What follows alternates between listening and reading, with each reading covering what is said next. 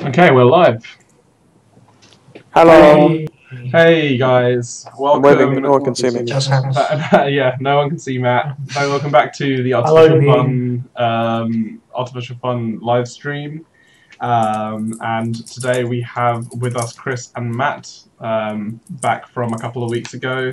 So that was nice. I know last week we only had me and Cameron, and it was quite a slow episode. There wasn't much going on other than the Nintendo Direct. Again, this week has been rather slow, but we've got some topics that we want to bring to you, including an argument about DLC. So we'll bring you that. Arguments. And we've got some bits and pieces that Chris will go through with you now. Okay, so this week, as Roger said, fairly slow, but there has been stuff going on still.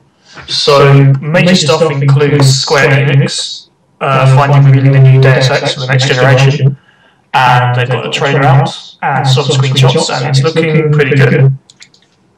So we're going to be talking about how excited we are about that, or not, or anywhere in between.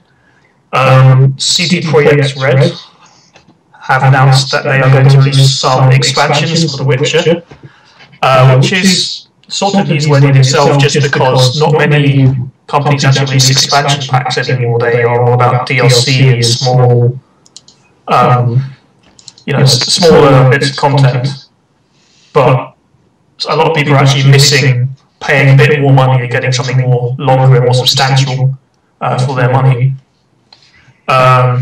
So Nintendo has actually secured the publishing rights for a franchise called Yokai Watch, which obviously the big thing about that is that in Japan it's currently more popular by a long way than Pokemon. It's becoming the big thing over there, and there's loads of media stuff. There's merchandising and there's anime, clothes and whatever you can get it with their faces on it. And so, if this takes off the same way it does in the West, we could have a new Pokemon on our hands if it gets to that point. And then obviously that's going to be another big cash cow for Nintendo. Yeah, the idea of Yokai Watch is you don't capture Pokemon, you capture spirits or something? Yeah, you capture yokai.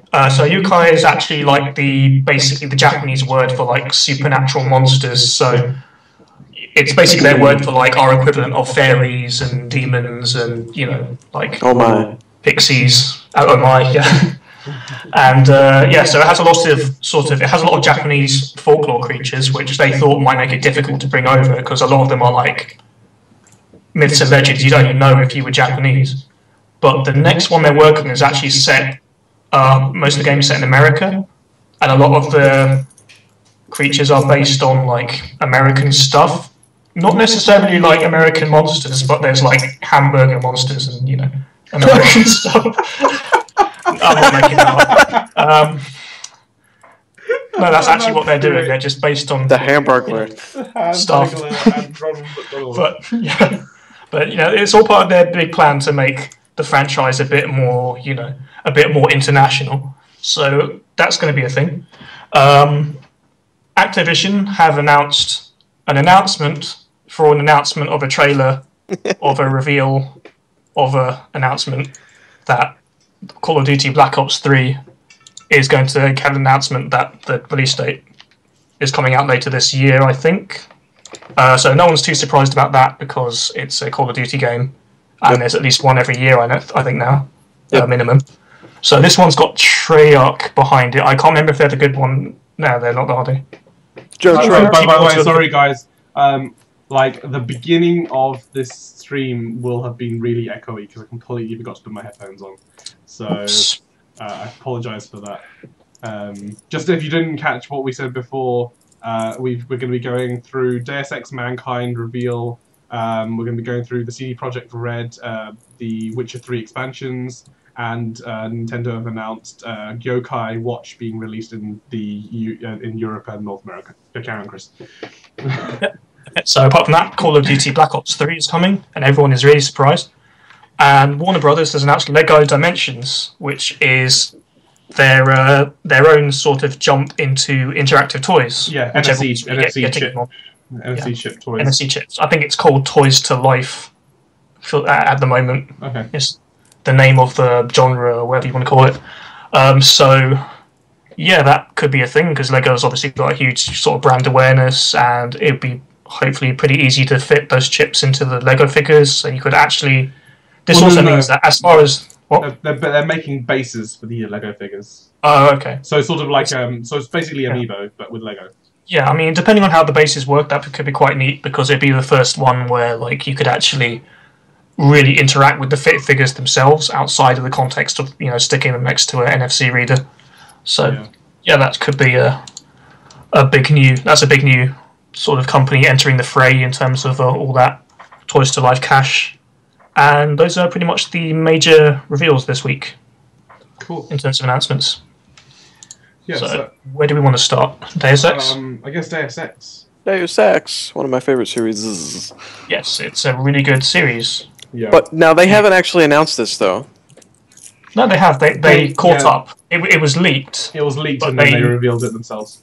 And then they were like, here you go, guys. Pretend that you didn't know. Pretend that, our plan of making everything fun and all just ruined it. Yeah. I do hate leaks. Like, in terms of... maybe we can... Yeah. Especially when when companies are like, we're going to do a big reveal, everyone's working up to it, and then someone leaks something, and then, shit. Do you remember the Smash Brothers one and how boring that made all the rest of the waiting period? Yeah, because everyone likes leaks, sort of. Like, there's a mystique. You want to know what's going on, but then it kind of makes it blows it all too early for you. Yeah, no, for sure. It can deflate the hype. Yeah, it was like with the iPhone 6 thing. It was like everyone because it got to the point where so many people had done so many iterations that we pretty much already knew what it would look like, regardless of what they tried to do. And then there was a mock-up 3 months before it actually got released, and everyone was like, "It happens with just about every Apple product." Well, yeah, but the thing is that they managed to get it so close that it was just not even a surprise when they came out. So. Some companies very good with leaks. Nintendo's actually very good with leaks. Yeah, Nintendo are really good. Generally, the Smash Bros. Thing was someone worked for the ESRB and they got footage for because they send the ESRB footage so they know how to rate the game. So they're like, okay, I'm going to watch this footage and then I can give it an E or an M or a 13 plus or whatever. Yeah. If you're Peggy. But, so some guy who worked for the ESRB released the footage that they got for classification online, and that probably, I think, got them arrested. Or maybe not arrested, but sued. Fine. They have to sign an NDA for all that stuff. So yeah, exactly. So, probably wasn't worth it. But so yeah, I mean, in terms of Deus Ex, so this has actually been happening over the last couple of years with me. Is I've been quite new to a lot of not genres, series, franchises. So I've been very new to Zelda, and Deus Ex is something that I've only recently gotten into because I played Human Revolution, and then I went back and played the original Deus Ex. I haven't completed it. I do mean to just restart the whole game again and then play it again. So you guys are probably going to be a little bit more knowledgeable in terms of the backstory and how this is actually tying in. Maybe. Well, you said this is one of your favorites. Yeah, but I've only played. Well, I guess favorite. Well, go ahead. I'll talk about it more in a second. Talk about more of what happened with the. How does Mankind Divided fit in? Okay, so I guess since I played every single Deus Ex game. Yeah. Including the first, which is one of my favourite games ever, possibly my most favourite, or at least sort of tied with Ocarina of Time. So, Mankind Divided is a direct sequel to the last one, Human Revolution, which came out a few years ago and did very well. Surprised a lot of people, pleasantly. And in terms of the chronology, it's one of those series that jumps around a little bit. Basically, you had Deus Ex. Back in 2001, I think, and then you got the sequel Deus Ex Invisible War, which people don't talk about much for good reasons, and that was a sequel to that. That wasn't Invisible War the one that came out on tablet. That was one on Xbox. No, that was. I'll get around to that. Okay, sure. In a second. Okay. Invisible War, it was all right. It wasn't as bad as people make out, but it was a pretty disappointing sequel. Also, not to give away any spoilers, but it ended in that sort of way where you can't follow it up. you know, Yeah. if you get what I mean. So Human Revolution basically had to go all the way back to becoming a prequel to the first game. And so that's actually set before the events of Deus Ex. So the technology is... It's a bit weird with technology because obviously Deus Ex was made in 2001, and back then everyone had a very different idea of what like the future and technology in the future would look like. So Human Revolution actually looks a lot more technologically advanced than Deus Ex 1. Yeah. It's one of those things that happens. But yeah, so that was... And in context of the story, Deus Ex dealt with like a sort of near future, so like 50-ish something years in the future. Yeah. And there's a lot more emphasis on like nanotechnology, and you have like augmentation is the main thing, which is just any kind of technology that augments humans. So either mechanically, although in the context of the game, mechanical augmentation, so stuff like, you know, bionic arms and bionic eyes and whatever, that enhance you, are actually an old technology and getting phased out. And the people who have that technology are becoming like obsolete as people because of nanotechnology. Because nanotechnology, you can get all the same effects, but it's invisible and you can't tell that it's there. It's not as intrusive. You have to replace parts of your body, and you know. So humans are being able to stay human without having to replace. Yeah. So people can, you know, augment themselves using nanotechnology, and also nanotechnologies being used in a whole bunch of ways. Like it's being used to create all sorts of human augmentations and enhancements, and also to create like diseases and stuff as well. Right. So it's becoming a sort of arms race with the technology and what people do with it. Human Revolution, as a prequel, sort of jumps back to when the big thing in augmentation was the mechanics. So that's why Adam Jensen, the main character of Human Revolution, has a lot of mechanical, cool, spinny, whirry augmentations that are all mechanically based and do all sorts of stuff. And a lot of the characters are based around the whole concept of, does it make you less human? Or do you become a sort of new social group of people who can use and afford this new technology? And, you know, what does that mean for society when people can start buying or implanting things that make you more capable or more, you know, or less human than other people? Mm-hmm. And it was a really interesting thing for a game to delve into. And they, both Deus Ex and the sequel prequel, Human Revolution, did a really good job of examining that. Invisible War sort of carried on the same themes with nanotechnology as Deus Ex 1 did, but it didn't really examine it that much from a sort of philosophical point of view. It was more looking into like privacy and sort of thing in a sort of vague way, but it wasn't as interesting in terms of story as the other games were.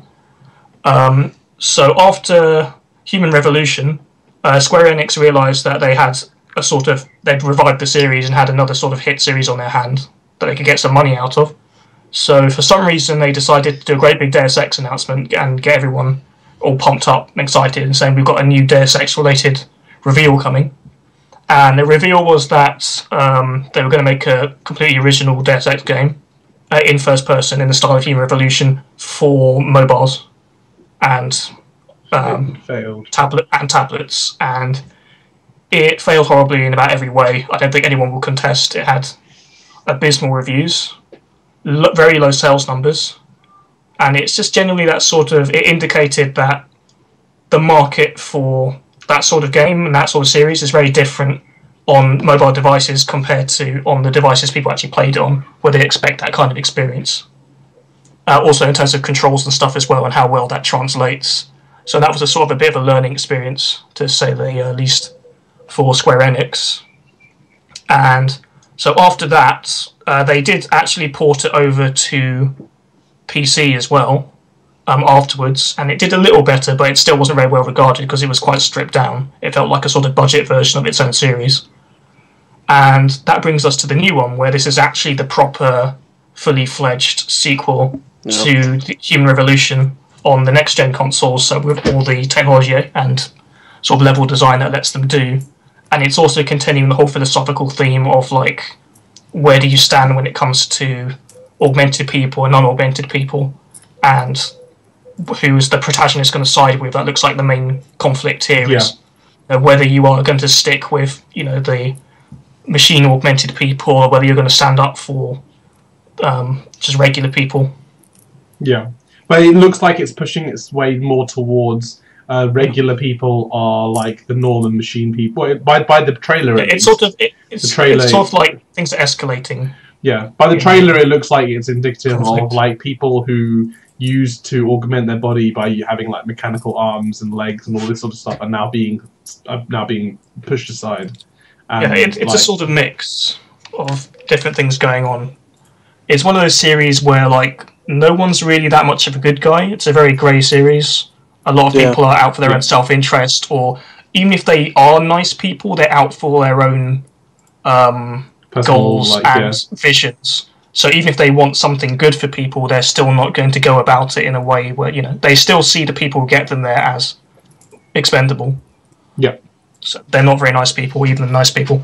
And that's sort of seems to come out in the trailer as well. There's sympathetic people on both sides. You've got Adam Jensen saves someone at the beginning of the trailer who's a mechanically augmented guy who looks quite young, and he's being beaten up by obviously like corrupt policemen who are obviously just wailing on him because he's different from them. Discrimination, yeah. And then later on, you actually see him after he's been saved, and he's with extremist augmented people, and he's helping them out because he's obviously been disenfranchised, and it's going to probably examine a lot of that sort of mentality of. I like the idea of having like there's these mirrors of like the real world where like it might sound pretentious. I know some people will probably think me as pretentious, but that's very interesting. This is what sci-fi is all about. But there's like loads and loads of qualities, especially with these kind of games. When you think of things like apartheid, and you think of things where there were like that huge amount of discrimination to different minorities of people, ethnic minorities, and so on, and like how they're just basically bringing that into the sci-fi realm. It basically targets a whole audience, but it gives them it's cool because you're getting people who never lived through those times and those days. I mean, if we think about today, especially in the Western world, like the US and the UK and Europe in general, like discrimination is very much, it's like the majority of people see it as crude and a very odd, thing. I mean, there's general like racism, but overall, like it's not. It's still around. Everyone knows it, but generally, it's not. It's looked upon as socially frowned upon to be discriminatory. The only way people actually do anything about it is that they will talk about it, but they won't like beat people up on the streets because they're black. They'll beat them up because they might try to mug them or something. I don't know. And there's a lot less like official segregation. Like there's no everyone uses the same things. Like, there's still some discrimination, and a lot of it is like unsaid or sort of unwritten rules, but it's not written into the system anymore like it used to be. Yeah, but it's cool to see like sci-fi movies basically bringing these situations that maybe younger people will never actually ever see, but bringing them to light to this sort of thing. Maybe like if they look in history, this sort of thing has happened. People have been discriminated for no reason, and this is the sort of thing that happens. I think it's quite cool to bring that back. Yeah, I mean, it's a really interesting sci-fi concept as well, because it's like you're creating a whole new group of people who can be discriminated against that's completely created by technology. So it's a completely new phenomenon that's arising from a result of something that's completely new. It's not skin color or anything like that. That's people have been dealing with for ages, and it's kind of like something like District 9 almost was also very interesting because it had a lot of the same themes in terms of Correct me if I'm wrong, but it's similar to Blade Runner, isn't it? And a bit like Blade Runner as well. It's very similar to Blade Runner. Yeah, it probably has a lot of inspiration from that as well. Like this sort of, especially the original Deus Ex was very Blade Runner-y. That's Blade Runner sort of kicked off all the sort of mechanical dudes and big trench coats, and cyberpunk. See, as a genre, owes huge amounts to Blade Runner.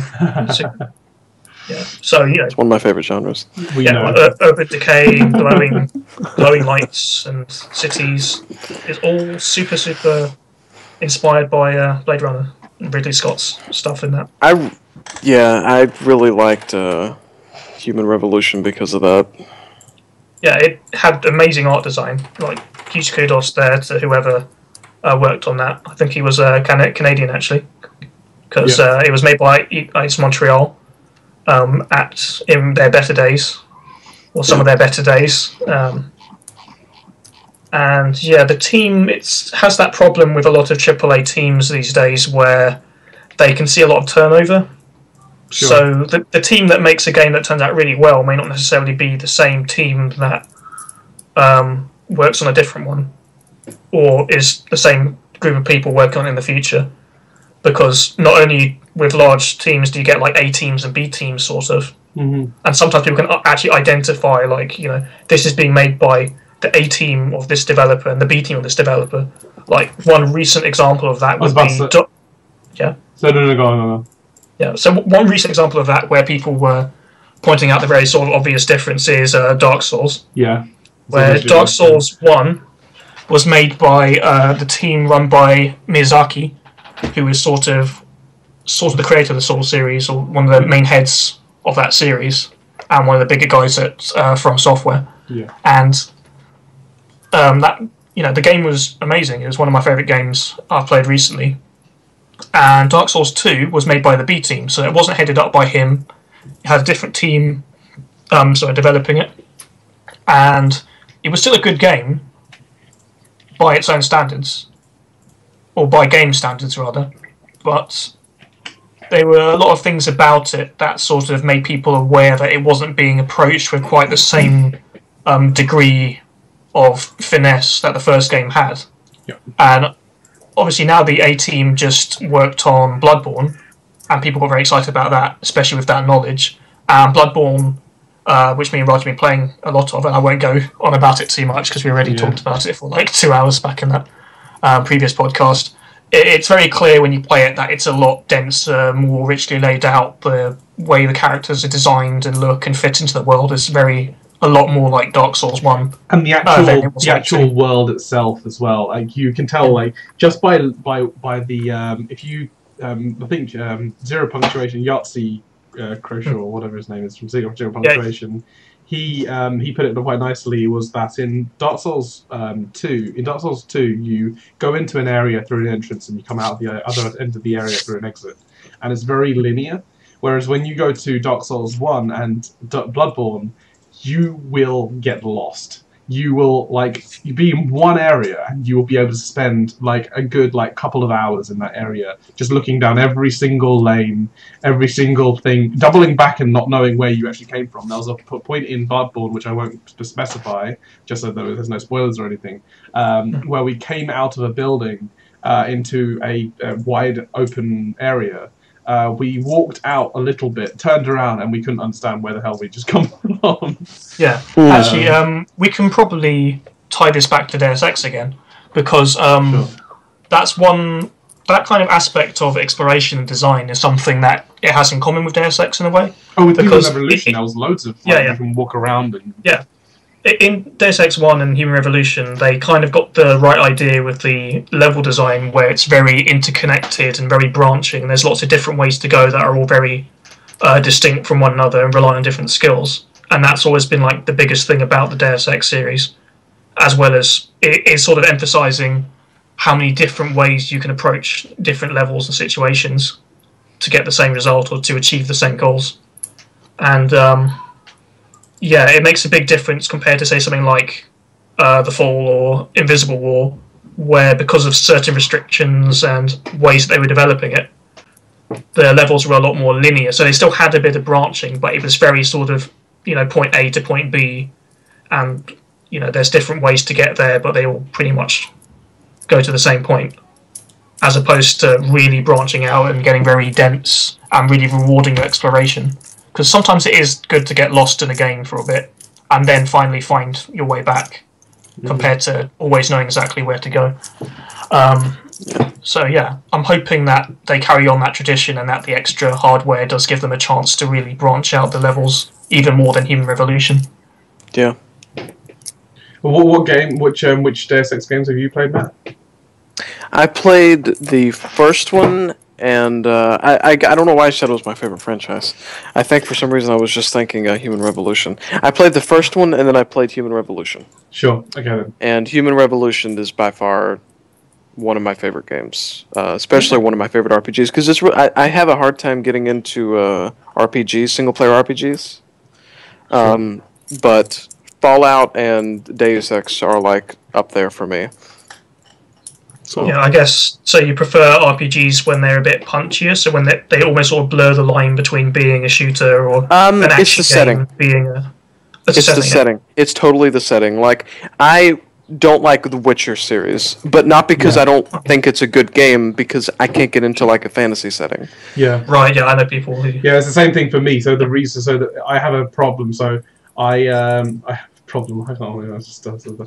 Yeah, guys, I have a serious problem.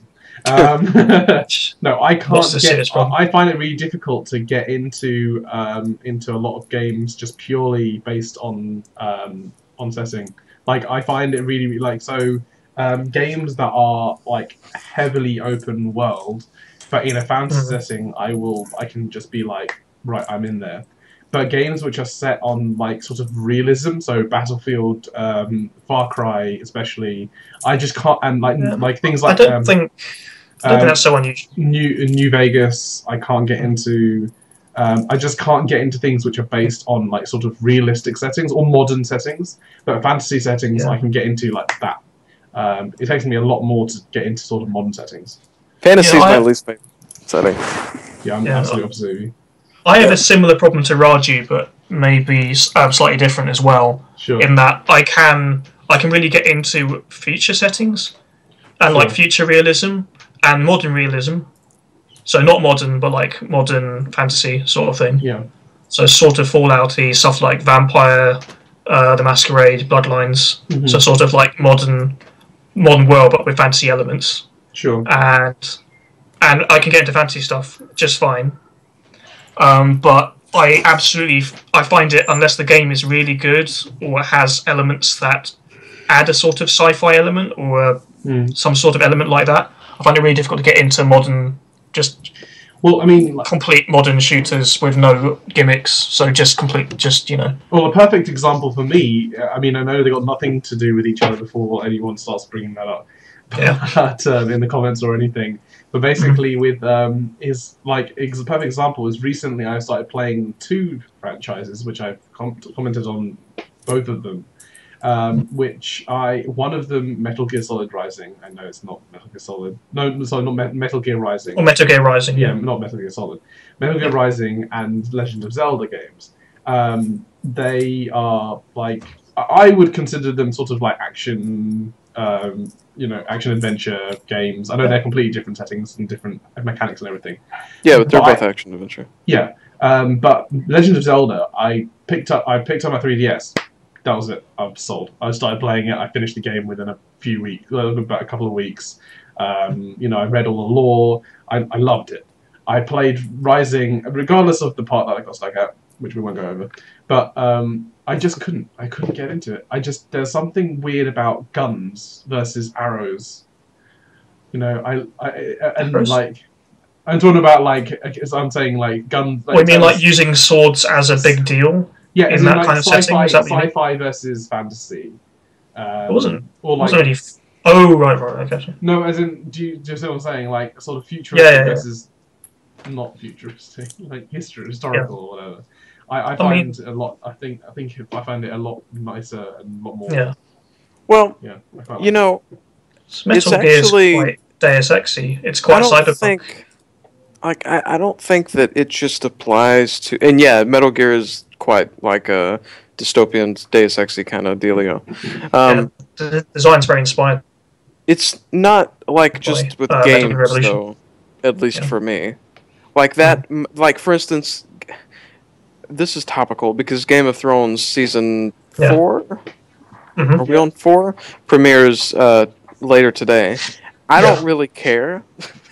I'm gonna watch it. I like Game of Thrones, but for me, like anything fantasy, whether it be a book, a movie, TV show, is super difficult for me to get into.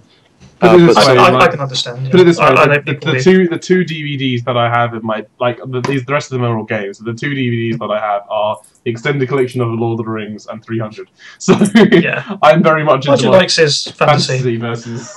I mean, one thing I try to tell people with Game of Thrones who might not normally pick it up because they heard it was fantasy is that Game of Thrones is a very different kind of fantasy. That's part of why it took off very political like it did, is that it's very political. And also, in terms of the actual fantastical stuff, there's not a lot of it. It's there, and it's sort of under the surface, or it's in the distance. It's sort of a looming threat. Yeah. But there's mostly people dealing with people. Yeah, it's sort of like it's a medieval type setting, and it's a fantasy world in the context that it's like it's not our world, but in terms of the world itself, it's a lot like ours. How it works, it's just people doing stuff to each other and making land plays, and backstabbing each other, and that's something that's a bit easier for people who wouldn't normally be into fantasy to get behind because it's a bit more relatable than orcs and wizards and magic and stuff to some people. But I think with those sort of things, like again, is it with you, Chris, that I was quoting Gandalf recently? Maybe, yeah, I think so. That sounds like something you do. Yeah. But basically, like a very big thing with these sort of things. We're going completely off topic from games, but is scripting. Scripting is still really important.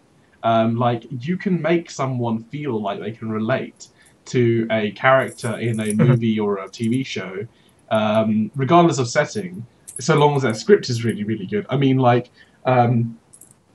There have been numerous sci-fi games, like on the other hand, that I've really loved, and for the life of me, I can't think of any of them. Oh yeah, things like Portal, where scripting was really good was brilliant, and so for me, I found really easy to get into. Portal's also grounded in a very realistic. Well, not realistic. Well, yeah, but it's set in the. It's like a parallel, like an alternate reality it's sort of situation. It's the kind of game that I normally wouldn't get into. But it's consistent with itself as well. Yeah, but Portal. I mean, you can play. I know people that play Portal, and they don't give a shit about the story or the script or anything because the gameplay's fun. Well, I mean, for me, it's a big deal. I know that the script was a very big deal for a lot of people because it was. Oh yeah, me definitely. Yeah. I love it. It's outstanding. I like both. It was happily one of the best scripts I've seen in a video game, and that's saying something. Bearing in mind it's got such a short game. Portal and Half-Life world is which is exactly how that works because it's easier to have a short, good script. Yeah. Sorry, Matt. I was just saying that like the Portal and the Half-Life, which are the same universe, I've done a lot of reading on those. It's very interesting stuff to me. Okay. Yeah. So what I mean, like, but there's a lot of tie-in stuff. They're the same thing. You know that, yeah? Yeah, I know they're in the same universe. Yeah. I mean, well, they make references to each other all the time. So like Black Mesa and all that stuff. Yep. Yeah. What is? Can someone explain to me? Because I haven't actually gone far enough into Half-Life games to know. Black Mesa. Not his fault. Until they add third person. It's my brain's fault and my stomach. Yeah. Black Mesa is a military contractor or a government contractor, and they did research. Based in New Mexico. It's called Black Mesa because it runs. I guess the facility was on a mesa or in a mesa. But yeah, they do a lot of experimentation for like military weapons research and some other stuff as well. And the whole thing where everything went terribly wrong was they were given a artifact. It wasn't an artifact. It was like a crystal that they were running tests on. And when they exposed it to the energy that they used to get their data, it created a... what's it Resonance called? Cascade. Resonance Cascade. There we go. That's what I'm looking for. Which basically opened up random portals to a world called Zen, and these random portals would beam in creatures from this planet Zen, and that was the enemy that you faced off in Half-Life 1. In Half-Life 2, there's another alien race called the Combine, who yeah, they kind of like make the aliens from Zen their slaves, and then they're like, oh, look at these guys, and then they make like the entire human race their slaves and all that kind of stuff. But yeah, Black Mesa was essentially a government contractor that had an experiment go incredibly wrong. And what is Portal's hand in terms of their link in terms of their universe? So Portal and Black Mesa and Aperture Science were competitors. Okay. That's all you need to know. Really. Yeah, they were both looking into Portal technology because Half-Life 1 happened because of a Portal accident. Yeah. And they were both looking at Portal technology for like in Black Mesa military industrial. So when what's her face? Shell? When Shell got pulled when she got out of Aperture in the first place, so she would have been basically launched into the Half-Life world. The Portal games take place a significant period of time after Half-Life 2. So all of the aliens might have actually gone by that point, basically. Yeah, it's not really said. Yeah, okay. It's not really stated what happens to the human race. So yeah, people theorize that like nothing's left, and she might be the last human on Earth. That's a theory. You know what I'm saying? Okay. But yeah, like we don't really know. Yeah, like the dialogue you get from GLaDOS and around the place kind of hints that even if you broke out of Aperture, that the world outside isn't is messed up anyway. So you're not really escaping to anything. And there used to be I think they patched it out when they did Portal 2 so that it joined up better. But in the original ending to Portal, you die. Shell dies. Spoilers. Does it count as spoilers anymore? I don't care. The game came out in 2007. Yeah, okay. So it's spoiler warning if you guys still haven't played Portal. But really if somehow... Yeah. But so she blows up GLaDOS, non-fatally. Yeah. However that applies to a computer. And you get blown out the shaft, all the way up in the sky, and out to the surface. Grass. Yeah, and then you find yourself on some grass field. Except it's not a grass field. It's like it's at the top of there's concrete and there's the building that you enter Aperture from the surface. You just see a door in. It's a gate. I think you're thinking of the second. He's thinking of Portal 2. You're thinking of the tobacco field. I'm thinking of Portal 1. Am I? Where you're actually at the end of Portal 1, and they patched this out, but you end up outside outside the facility from the surface. Sure. And I remember. And just from what you see before it ends, it's clear that everything's kind of really dilapidated, like something has happened. So either the facility's just abandoned because they didn't patch that out though. Because GLaDOS. Oh wait, no, they didn't patch it out. It faded. No. Yeah. I got it. It faded to black in the original ending. Yeah. What they patched in was you getting dragged away.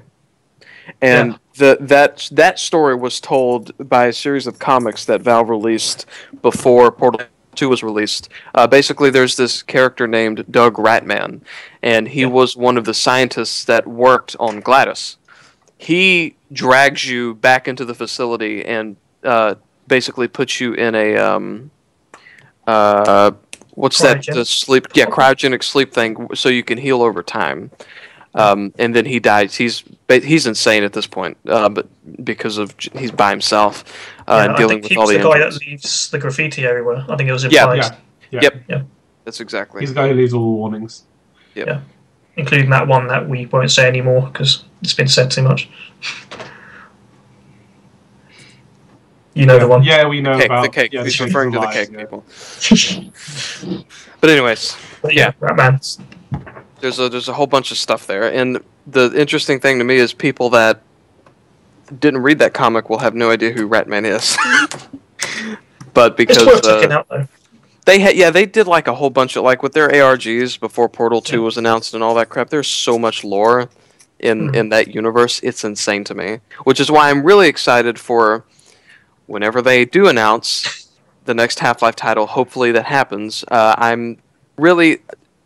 I've said this a few times, but they could release just a script to Half-Life 3 and I would be totally satisfied. Because I'm just interested in the story. The gameplay can be plain or non-existent for all I care. I care about the story. That's the thing about Half-Life and why Half-Life 1 and Half-Life 2 were such a big deal, is that they were games where the gameplay was good because it was really well paced and story was laid out, and the level design. But it's the story that kept you going. The story was the central link. There was really good writing, and it's not just story, but just like it's not story just in terms of like dialogue and explosions, but the way they tell it and the pacing and how everything. You know, they were the first. It was one of the first. Well, it was the first-person shooter that the cutscenes didn't lock you into a place. The people would just keep talking and then turn and look at you and interact with you. That was a big deal when Half-Life was released. Yeah, like I had to explain that to friends of mine who didn't play Half-Life 1 or games like that when it came out, and I have to explain to them why Half-Life 1, like, you play it now, it doesn't seem like it's aged very well. Back then, it was a massive deal in so many ways. Yeah. It revolutionized the genre and maybe even the whole gaming industry. Yeah. Because it was either one of the first games, it at least popularized it as a thing, or it maybe even invented it. I can't remember, one or the other. But, when you take it for granted in games now, like, you walk around and an explosion happens next to you, right? Yeah. Or something like that. Something happens. Something's going on. Scripted sequences. Half-Life was the first major game to have scripted sequences. That weren't cutscenes. And it blew people's minds because they could play a game and have something happen in the game right next to them. And not take them out of it. And it was so immersive. Like, imagine going from Doom to Half-Life 1 and how big of a jump that is alone. This was why this blew everyone's mind. Also, just the fact that it starts with a scripted sequence where you're going into the facility on a train and you're seeing all this stuff going on around you. And this is one of the most famous intros to any game ever. Yeah. Mm-hmm. And at the beginning, you're a scientist. You're a normal guy. You have no guns. You're walking around talking to people and going into rooms that have nothing to do with shooting and exploding and just interacting with microwaves and vending machines. And back then, this was also like incredible because, again, if you go back to Doom, every single room is designed and created on the basis of how well it lets you run around and shoot things and pick up power-ups that don't make any sense in the context of like a real environment. But Half-Life 1 was a huge jump in it, just sheer immersion of you in the game world. Yep. Were there any other games before that really tried to do something? There must have been. There were a few, but they went under the radar a bit. Sure. Oh yeah, I'm sure they existed, but there weren't any big titles. No, Half-Life was the first to get critical acclaim. Yeah. I mean, another game that I really enjoyed, I never played it, I watched Chris play it, which was like really heavy on the storyline, which was Max Payne. Yeah, that was very story-driven. But when was that released? Max Payne 1 was 2003, 4. 0304, it's in that area, 0304. Sort of late PS, maybe not late. Let's not start talking about Rockstar games now, because you know what's going to happen. Yeah. Tomorrow night, people. But I will check to see when it was released, though. Yeah. Like, Valve understand how story should work in games in a way that people making recent Call of Duty games don't. In terms of it's not just that stuff is happening that is big and explodey, but that stuff is happening at a certain pace, and that you care about the people around you. You know, something Valve also tells their story through the environments, which Call of Duty doesn't really do. Like, with Valve, like, I know Portal's a big deal because of how, like, one of my favorite parts of Portal 2 was when you fall into the 1940s aperture, and then you kind of work your way through the complex. Yeah. So there's a ton of story told there. But in Call of Duty, and granted, Call of Duty is kind of a current day setting, and they're starting to go into the future stuff. You can't really do that other than showing like a bombed village or something. But that's just one of the things that makes Valve titles, and even titles like Left 4 Dead, they have their story. Left 4 Dead has a story. You don't have to. It doesn't get thrown in your face. But if you pay attention, and especially in Left 4 Dead 1, if you play the campaigns in order, there is an actual story there. Yep. So. Yeah. Yep. Ricochet, however, does not have a story. So. What's Ricochet?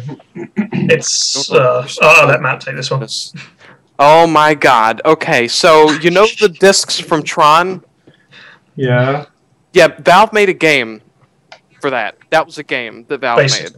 It's a deathmatch game where you throw light discs at other people and you jump around off of jump pads. You know And the this was jump like pads a in like Half-Life 1 mod, I think. Huh? Pardon? I think it was a Half-Life 1 mod. Yeah. Yeah, you know how Team Fortress Classic and the original Counter-Strike were like modifications of that engine? Yeah. Yep, this is what Ricochet was. And it was basically the jump pads from Halo 3 with the light discs from Trump. That's what, Oh god.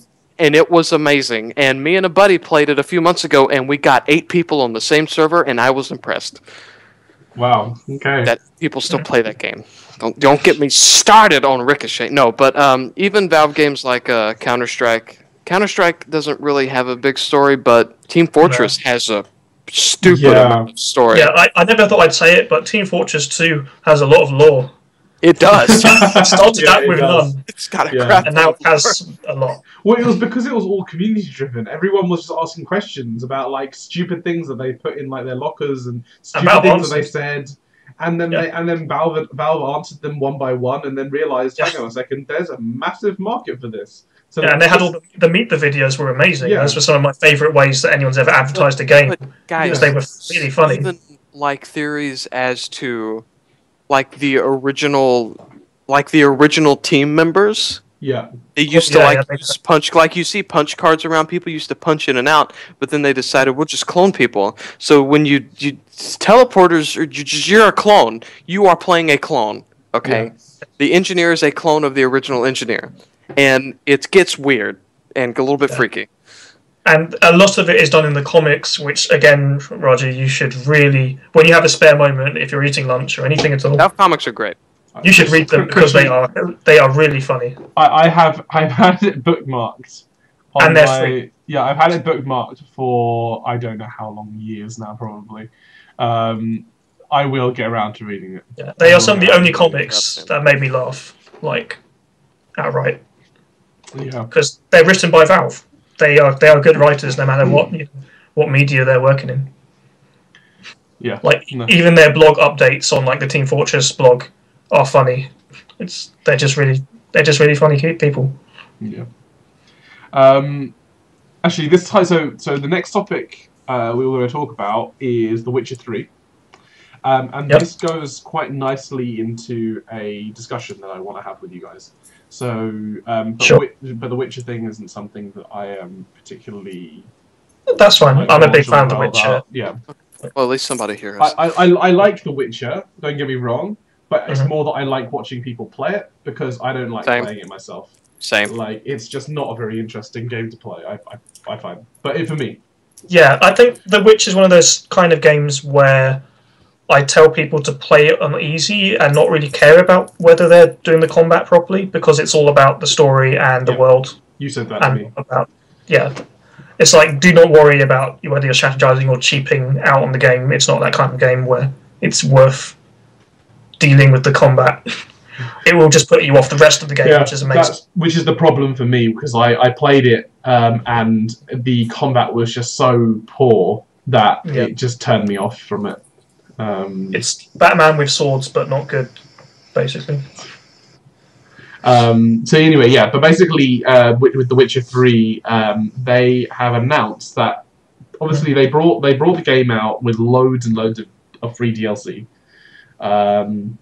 which is really, really cool. But then 16 pieces. Yeah, which they've now they're saying they're also going to bring this thing which not many people have heard of in a while, and World of Warcraft are famous for bringing them out, but an expansion. Or expansions. I don't know how many expansions are they bringing. 3, wasn't it? 2 of them so far. Okay, so 2 expansions. So I'll post this. Do one of you guys want to post this link into? Sure. Actually, if you post that link into the Twitch, or I'm going to be posting it into the YouTube anyway. So there's no one in the. We're in the Twitch. Yeah, I know, but if somebody comes along, then they may be able to see it. Here we go. So sign in. Basically, it's a really, really cool thing that they're bringing expansion packs, which is basically going to add loads and loads more content than just a DLC would, wouldn't it? Yeah, I can't remember the last time I saw a proper expansion pack. I remember Dragon Age Origins had one. Dragon Age 1. Yeah. That was a little while ago. Dark Souls. No, that was a DLC technically. DLC. Um. So actually, let's first of all let's try and make a definition of the difference between DLC and expansion. Yeah, you do get larger DLCs, which can last anywhere up to like 10 hours. An expansion is sort of that in-between point where it's not quite a full new game, but it's so long, it's like 2/3 of a new game. Yeah. It would be like if with Dark Souls 2, where you Almost are doing where you're doing all the crowns, instead of them releasing one DLC for each crown, they released all of the crowns at once, and it was that would be an entire expansion, because it would be basically another game on just basically stuck onto the end of the other game, which is completely story and lore relevant. Yeah, it's just a big injection of content. It might be completely standalone, or sometimes it's even like a sequel, sort of. Yeah. Like Half-Life 1 had really good expansions back when expansions were a thing. It had like had 3 technically. Blue Shift, Opposing Force, and there was a PlayStation. What's the other one? Oh no, maybe it had 2 then. Blue Shift and Opposing Force were ones, and then there was a PS2 one. Yeah, okay. Half-Life DK it was called, and that was a bit weird. Not too many people played it on the PS2, so. I can't say much about that one, but Opposing Force is really neat because basically Half-Life 1, the whole game you play as Gordon Freeman, obviously, making your way through Black Mesa to stop the whole portal threat thing. And Opposing Force, you actually got to play as one of the soldiers that's been sent in to kill Gordon Freeman and sort of clear the facility of all witnesses in the first game. So you're actually sort of playing the enemy from their perspective, and it was really neat. And it used a lot of the same assets as Half-Life 1, but it sort of told a new story that was almost as long as Half-Life 1. And sometimes you actually just like see Gordon Freeman for like 3 seconds while he does something that happened in Half-Life 1, and then you sort of come across the same place just like 20 seconds, a minute after he left. And it ties in a really neat way to Half-Life 1. Cool, and you see it from their perspective, like he's killing my buddies, he's killing my exactly, like and... that's literally a thing. Like in the first one, you've been killing soldiers for a bit because they're trying to gun you down. Yeah, obviously. And there's an actual radio conversation where they're like, "Who is this Freeman guy anyway? I don't know. All I know for sure is he's been killing my buddies." And in Opposing Force, you actually are in the room with those soldiers when they are talking to each other, saying those lines, and it's really, it's really neat how they tie it all in, so you're crisscrossing paths. Sure. It's kind of like Grand Theft Auto 4's what was it? Ballad of Gay Lost in the expansion, and that one too. Yeah. But they both do it a little bit. But you'll see Nico driving through the city or whatever. Oh, neat! I just love it when they do that. When it's like you see stuff that you did self-referencing. Sort of, just like Mm-hmm. No, but really good expansion packs. Yeah, I like it. I can't remember the last time I saw it, but I'm pretty sure like I've seen movies or TV shows or whatever, or games where they've basically done the whole time paradox thing where you're watching yourself. Just Back to the Future. Yeah, it feels a little bit like that. Yeah, where you're watching yourself do something from the future, even though you've already done it. Or what did whatever. Back to the Future? In number 2, I think it was. I think it was number 1. Or was it number 1? No, it was number 2 when he goes back to the. Okay, yep. When he comes back to the normal thing, normal times line, and then when he goes back to the 80s. I need to watch that again. 1985, and then they're at the dance, and he sees himself doing stuff. Oh yeah. Anyway. So, so that's what expansions are. So expansions, yeah. And so one thing I wanted to discuss, because this came up recently when they were announcing some DLC for Destiny. Last week, so the week before last, they announced some DLC for Destiny about some, I think it was equipment load can now be, or something like equipment load has been increased and all this sort of stuff, and you can pay for it. Now, loads of people were saying how this DLC, like some people are saying it's overpriced. Some people, you're paying like half the price of a full game for just additional content, which isn't really the same price as a whole game. But it helps a lot of people when they're doing things like raids, or I don't even know what it's called, like raids or whatever in Destiny. I haven't played Destiny, unfortunately. But like, what are our thoughts in terms of paid for DLC versus free DLC? That like, so The Witcher came with free DLC. TF2 comes with a lot of free DLC in terms of maps and stuff. Like, what do we about Yeah. It depends on. For me, it depends entirely on the content of the DLC. Yeah, so, like, I know me and you have had the conversation about like map packs for Call of Duty and Battlefield before. Yeah.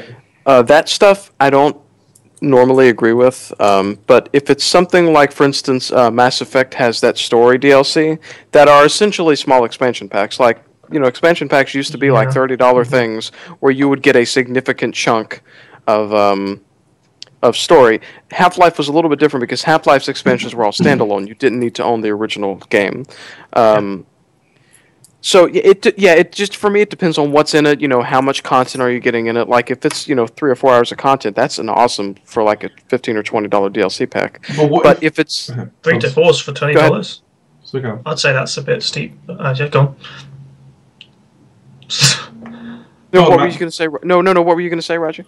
I was just going to say, I can't remember what game it was. I think it was Dragon Age, where basically they offered DLC for the real ending of the game. Quite a few games did that. Dragon Age 2 sort of did that. Right. In the context that in Dragon Age 3, the main sort of threat only makes any sense if you've seen it. If you play the DLC. Yeah. Which is where which is basically, and obviously, it was. I think it was the first time when we saw genuine anger towards people releasing DLC. Well, no, it happened before because there's three examples I can think of at the top of my head where they actually made the ending DLC. One was Prince of Persia, the reboot. Yeah. Okay. People were not happy about that. Sorry, Matt? I didn't like that compared to the original Prince of Persia game. I like the original one more. It was really pretty though, but that was the main thing I had going for it. Asura's Wrath, as we know, Raji. Yeah, no, that's for sure. That entire ending sequence was DLC.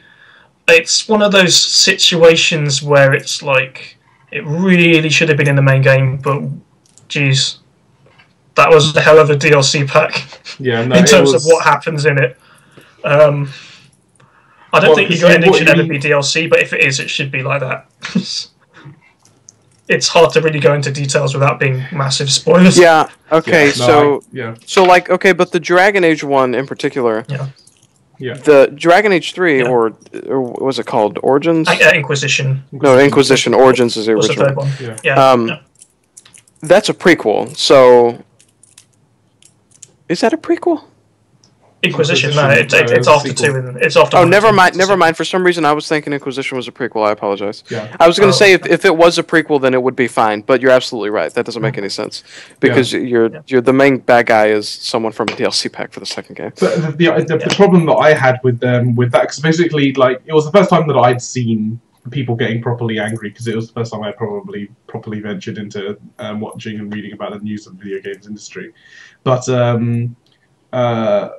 the amount of backlash they got for it was tremendous because it was basically this whole question of if I'm paying for my full game, if I'm paying $39.99 or whatever it is in the US, I don't know what it is in the US. What's the standard game price? What, $50 or something? $60. Yeah. So I'm spending $60 on a game and I'm not even getting the whole game. Like, there's got to be something wrong with that. Yeah, and nothing gets people more up in arms than like the idea of on-disc DLC is what a lot of people have a problem with. What do you mean on disc? As in you have to buy a separate game? No, as in the content that you would normally download is already on the game. You're just paying to unlock it. Oh wow! Yeah. So it was made very common, sadly. Yeah, that happens a lot with fighting games. it was Marvel versus Capcom, I think, was a big one. Yeah, that was pretty famous. But if they give you all the content, then surely there must be a way of being able to hack it out. Not if it's an online verification system. There is, yeah. In Mass Effect 2, there was on-disc DLC for a character and his side quest. Yeah. Like a whole character of the game. And then it wasn't... They said it wasn't on-disc DLC, and then people went into the game and found out that if you inserted a certain code into the game... Yeah. I don't even think it was hacking or something. It was just like some sort of exploit. Then you just unlock the character, because it was all there. Yeah. Already. Right. So they were charging for something that they'd already made that was on. Yeah, it depends. So then there's no it depends excuse. entirely on the content. It depends entirely on the content. Yeah. I mean, if it's something like if they release a day one DLC that is something that the art team worked on, because the art team's not doing anything the last 3 or 4 months. Yeah. That's totally fine if the art team's working on DLC. Yeah. But if it's like, $15 for 3 maps or something for a multiplayer game, no, that to me that's unacceptable. I mean, I know I know if you want like a multiplayer game to continually last, you got to make your money somewhere. So like with Valve, they don't charge for their new stuff, but they make money off of the marketplace and also all that kind of stuff. Yeah, and even then, like Valve has another entirely separate source of income, which is Steam. So they can do stuff like that. But they can take a loss because they don't make games anymore. They just work on Steam. Yeah. One kind of sad thing regarding map packs is that before Call of Duty, basically, you took it for granted that they'd be free. Yep, and they used to be free in Call of Duty. COD 4 and COD 5 both had the maps came with patches. Patches to the games came with maps. And that was just how it worked. That's how it worked in Battlefield. Battlefield did have some, what did they call it? It wasn't downloadable content. It was booster packs. Yeah, I think they had expansions as well. Yeah. Yeah, well, Battlefield 2 had like special forces and some other stuff, but 2142 started with the booster pack crap that had like, I think Northern Strike was one. Battlefield 2 had like Armored Fury.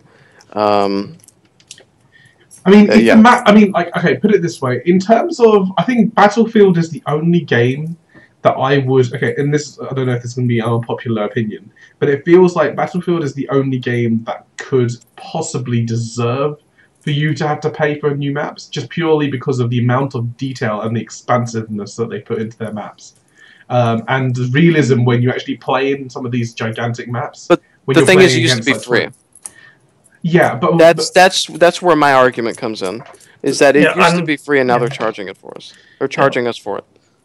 And a lot goes into it just because it looks. I mean, graphical fidelity is all very good, but I'd say just as much goes into like a Valve payload map or whatever, or a new game mode as it does into a bunch of maps. I don't think so. I mean, they're reusing most of the textures and most of the objects in these maps. Assets.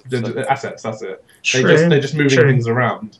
I mean, they're using the same engine, same assets. They may change some. They may change some. Well, they don't change the engine for maps. They're using the same engine. Yeah, of course.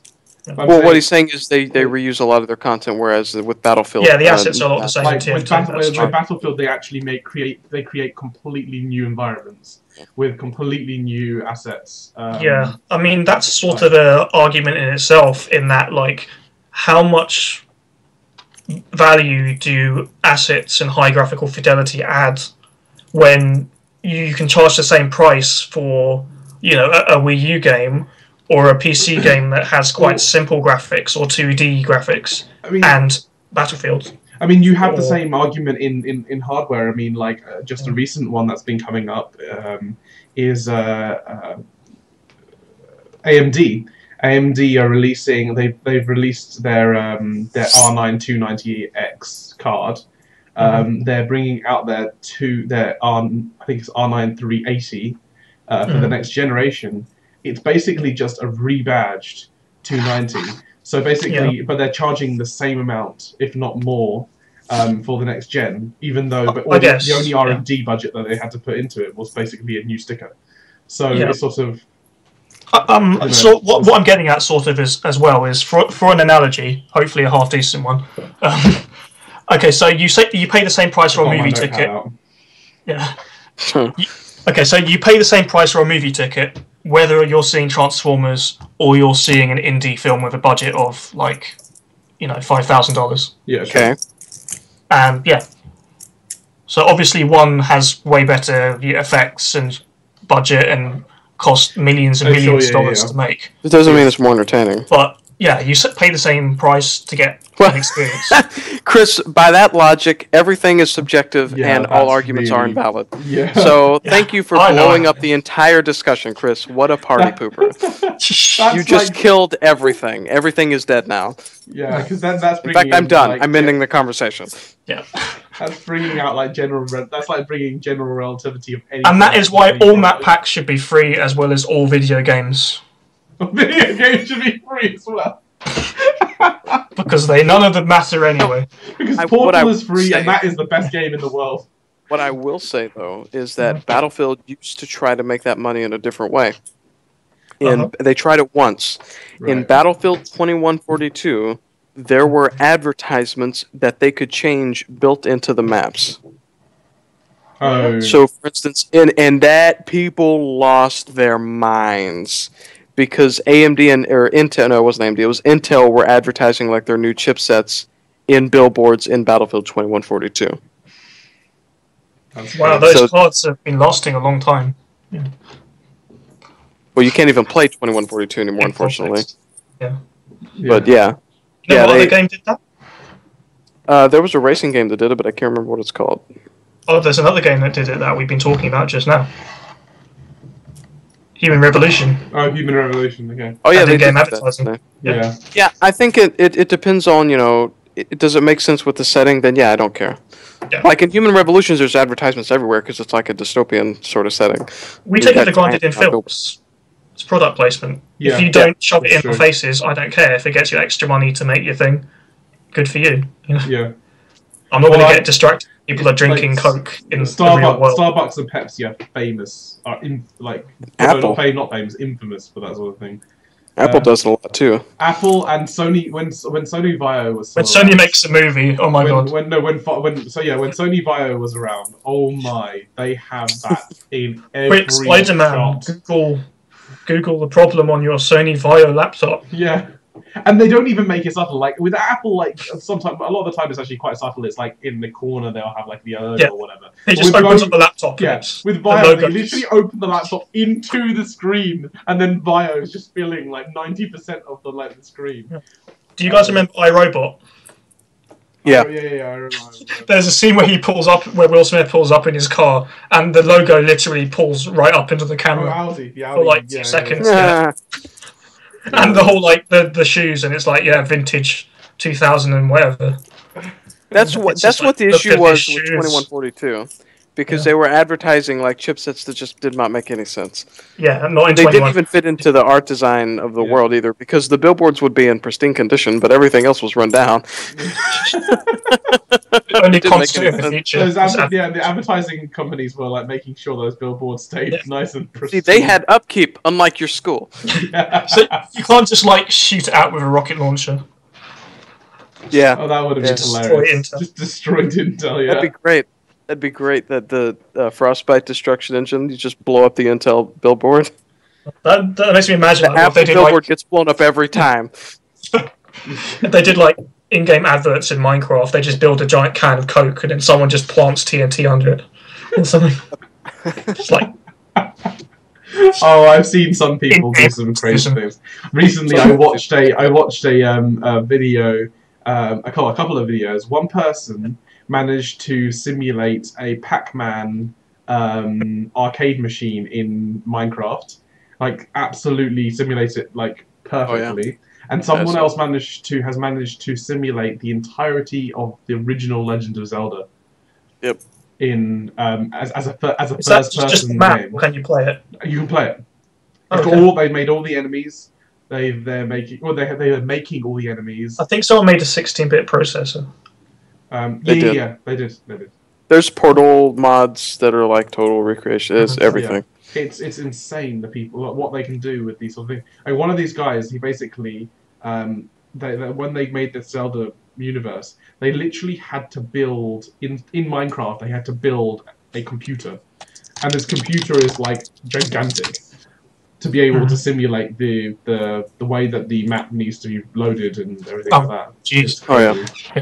I think there's a reason Minecraft sold for so much. Okay, so guys, guess what percentage of videos on YouTube are related to Minecraft? Oh, it's gonna be 49. ridiculous, like 40% or something. Like 30-40%. maybe. Okay, no. The site I just googled had a misleading headline. Oh, okay, fine. So it's not actually as much as I suspected. It's the most. It's the most viewed game. Okay. That's not surprising. Games are 15% of YouTube. Just a lot. Games are 15%. Oh god. So we were way off, Roger. Yeah. Well, it's just because you said it in such a way that it just made it sound like it would be literally like it owned YouTube. The title I googled said 15% of YouTube videos related to gaming and Minecraft, and then it was actually just gaming. This is why it's very important to. Okay, hey journalists. BuzzFeed, you won't believe what happens next in this podcast.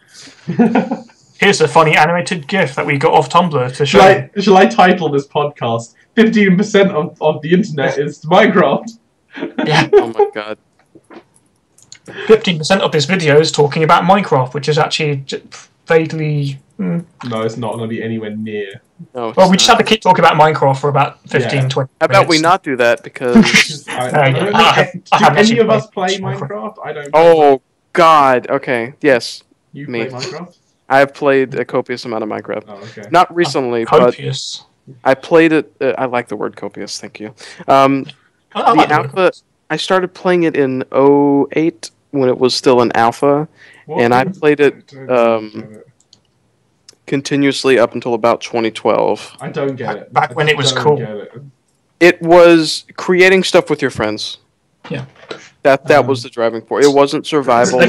Like I would love to create things with my friends. The only problem is I don't have any friends. Well, I can't help you there. Yeah, that's why I bought Terraria, even though I don't know anyone. I bought Terraria when you told me to buy Terraria. And I think you two should play Terraria. We can still play Terraria. In fact, you know what? You've missed it. Just buy Starbound and play that together. Yeah. Or Terraria. They're making a Terraria 2 or side. Oh my god. I just had a heart attack. Hold on. Okay. I am gonna kill... hold on. Why? I gotta get it to load again. You'll see. Okay. I do. Send it to me over Slack. Hold on, Steam has ruined my potential screenshot. Give me a second. I gotta pull it up. By the way, has anyone played a Survivarium? I have heard of it. I haven't played it. It's the Stalker devs made. Is it free to play? Yes, it's on Steam. Early access? Oh, okay. It's free to play, but it's like they haven't got the single player part down. Right now, it's just the multiplayer deathmatch stuff. Free to play survival games make me nervous. Yeah, no kidding. Free to play games in general make me nervous because I think all I think of is just I'm gonna get immersed, I'm gonna get invested, and then shit. Are you about to die? Can someone guess? Can someone guess and tell me why I may have freaked out? Oh my god! Yeah, I can see why I would have freaked out about that. So for anyone, he's gonna put it on the stream, I imagine. I'm just. But that's bad, right? That's really bad. I load up Steam and I see a giant mappa. Hang on a second, guys. They should have put a 3 in it for like version 3. Okay, I'm going to just quickly show everyone this. So, you guys, you may have a heart attack if you saw this. Like, I'm a little angry now. Yeah, that's just what Matt just came up on his screen. You know what else really confused people when it came out on Steam? Just focus on that. Yeah. Yeah. You know what else really confused people when it popped up on Steam recently? What? This. Also, I'd like to point out that it says 0 online because I'm set to offline. I do actually have friends on Steam. Yeah. So whatever you say, man. You're on my friends list. What did you say? Chris? I just put the link on Slack. The Half-Life 2 update mod? Yeah. That confused me on PC. PC Gamer did that on purpose with their article. They purposefully got people's hopes up. But yeah, it's a mod called Half-Life 2 Update, and it's basically it does some quality of life improvements to Half-Life 2. Quality of life. Yeah. It's a little Scholar of the First Sin for Half-Life 2, except it doesn't add any new content. So I kind of like Scholar of the First Sin. I'm really wondering, should I get Scholar of the First Sin? Yeah, you should, because you haven't played any of the DLC, and therefore it's a worthwhile content. Should he get what? I'm sorry? Scholar of the First Sin, Dark Souls 2. Oh, yeah, I can't answer that. Dark Souls 2. I bought it because neither of us have played any of the DLC, and the DLC costs the same as the thing, so I'm basically buying all the DLC together, plus the game. Like, better graphics and the game with some rehauling, which is worth it for me. If you have already played Dark Souls 2 and all the DLC, from what I've heard, probably not worth it. When are you going to start? When are you going to start playing it? It doesn't. Well, Amazon's out of stock, so it's not actually going to arrive until next month. Tell me as soon as you start playing, because I want to be there and I want to. Yeah, of course. Because no problem. We should do a build together, like we're doing with Bloodborne. Yeah, because my New Game Plus playthrough kind of stalled a bit because of the Lost Sinner and his horrible friends. So. What was our next topic before we get completely? So our next topic was probably quite a short one. Yokai Watch. Yokai Watch, yeah. So I don't know enough about Yokai Watch. I watched an IGN video about it, and all I know is basically that the mechanics are quite similar when it comes to Pokemon. When it comes to capturing these spirits and demons and such. It's a lot more colourful in terms of... it kind of almost reminds me of... it's a bit more kiddie. Yeah, more kiddie. I don't know about, like, cartoony. I think it's the word. It reminds me almost like the Ghibli style of... Yeah, so Level 5 are very Ghibli-like. They made Ni no Kuni, which Jade was telling you about the other day. And their style in general is very Ghibli. And Professor Layton, they make that too. And that's also quite Ghibli. Yeah, it's sort of their style.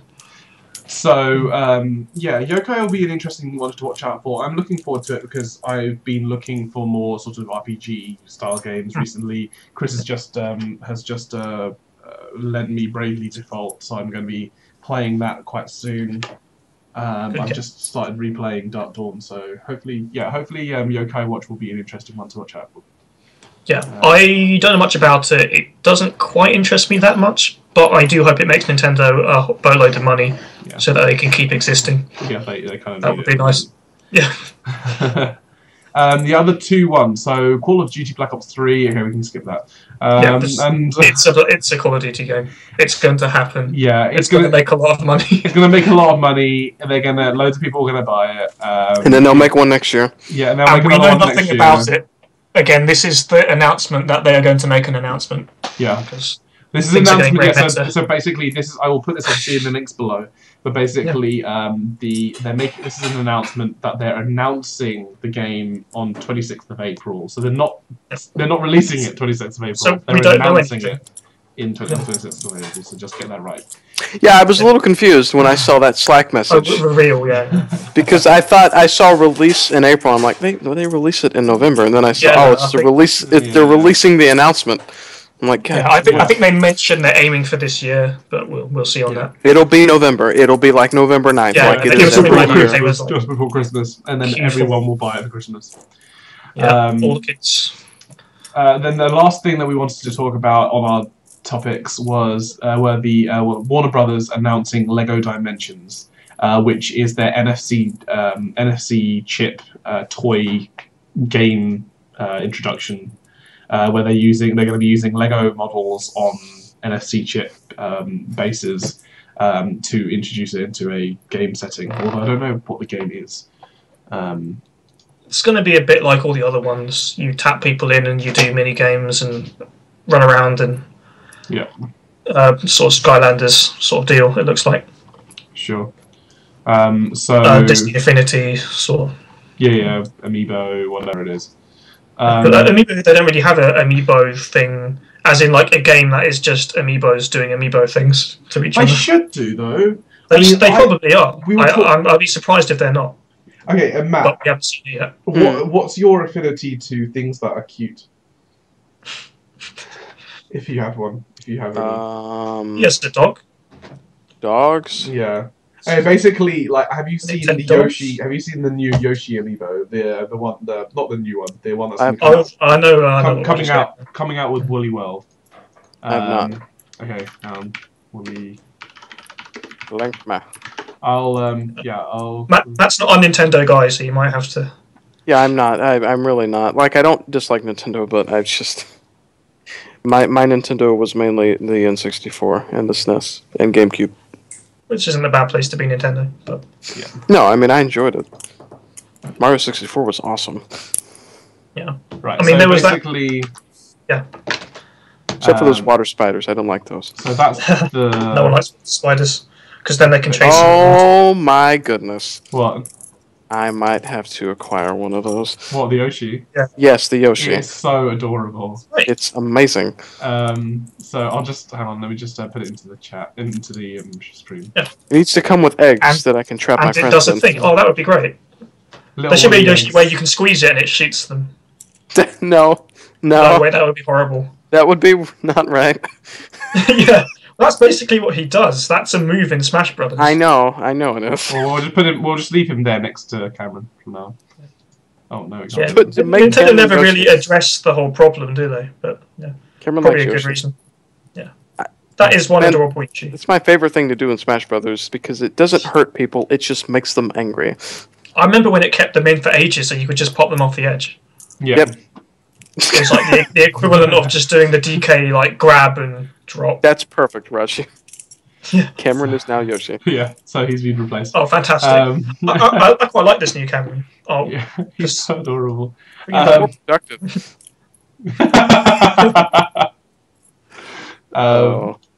Yeah, basically, the new Yoshi amiibo is absolutely adorable, and I think those sorts of things that Nintendo can do will probably get quite a lot of people wanting to buy their merchandise, at least.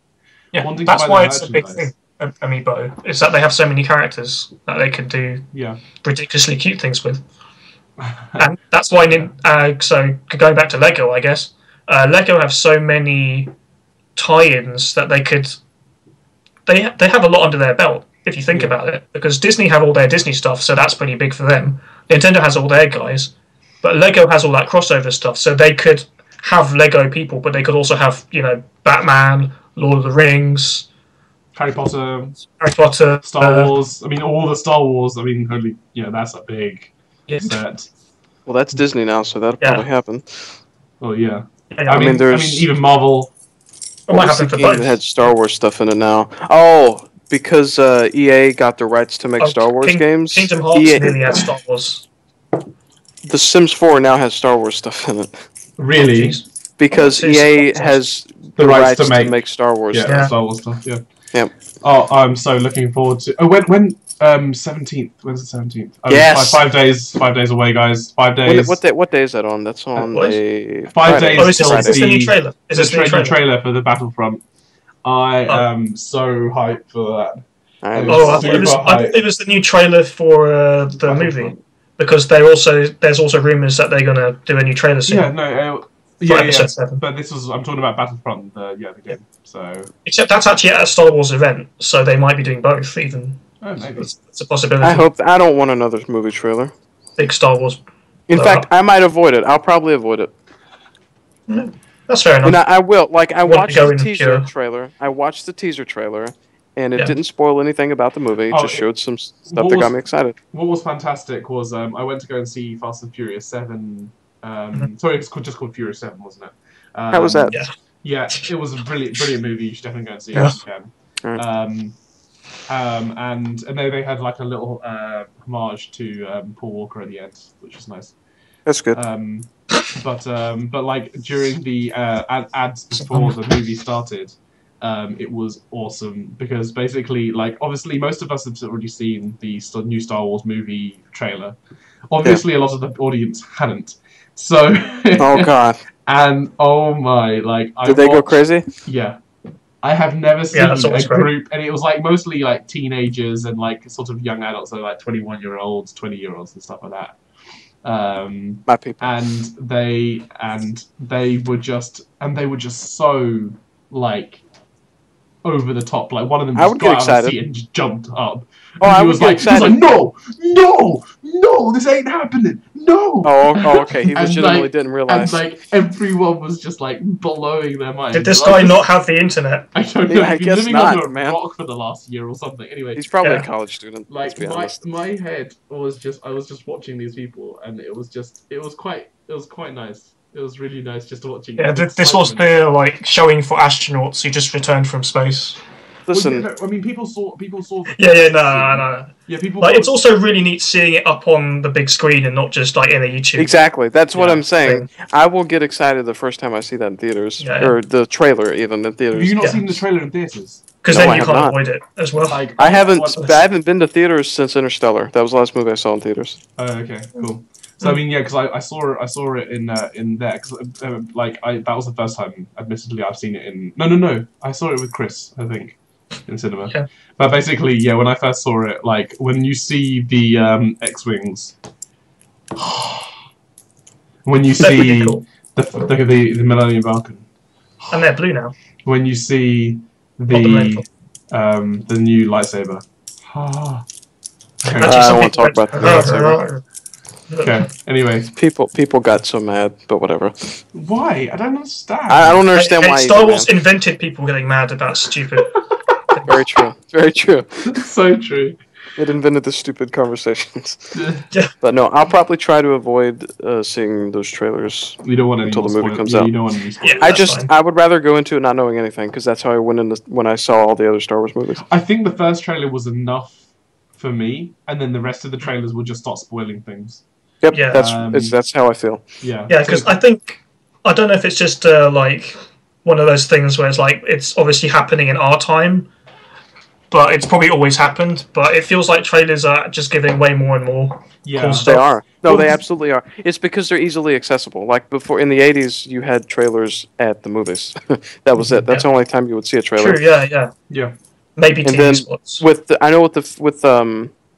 With the Phantom Menace, there was an iTunes thing, and pretty much all of the other Star Wars trailers were just iTunes exclusives, where you had to have like QuickTime to watch them. Yeah. And they actually did this with the new Star Wars. I remember QuickTime.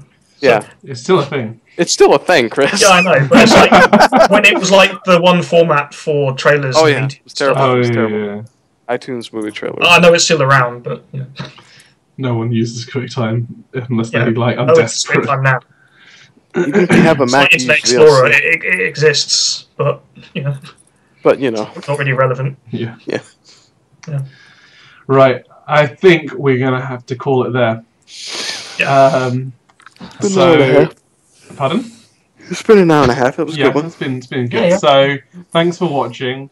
I'm going to be putting all the links for all the things we talked about during this live show. I've put down the links for the Deus Ex Mankind Divided reveal, Witcher 3 expansions, Yokai Watch being released in North America and Europe, the Call of Duty Black Ops 3 reveal. Which we talked about so much. Reveal date being revealed. And the Warner Brothers Lego Dimensions plus some others probably. Thanks for joining us. It's been a slow week, but hopefully next week we're gonna have some more cool stuff. Obviously, well, we will because Battlefront. Oh yeah, of course. Obviously, yeah. And GTA 5 is finally coming out on PC. GTA 5. And Roger already gave up. I haven't actually bought it on PS4. I have Tuesday off. So yeah, follow us on Twitter, follow us on like us on Facebook. Make an account on Keep Tracker if you want.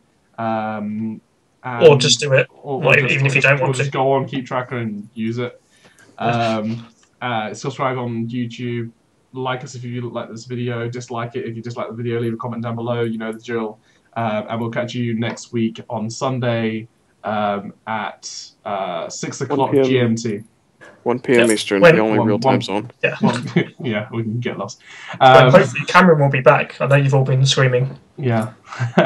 They got Yoshi. No, they got Yoshi.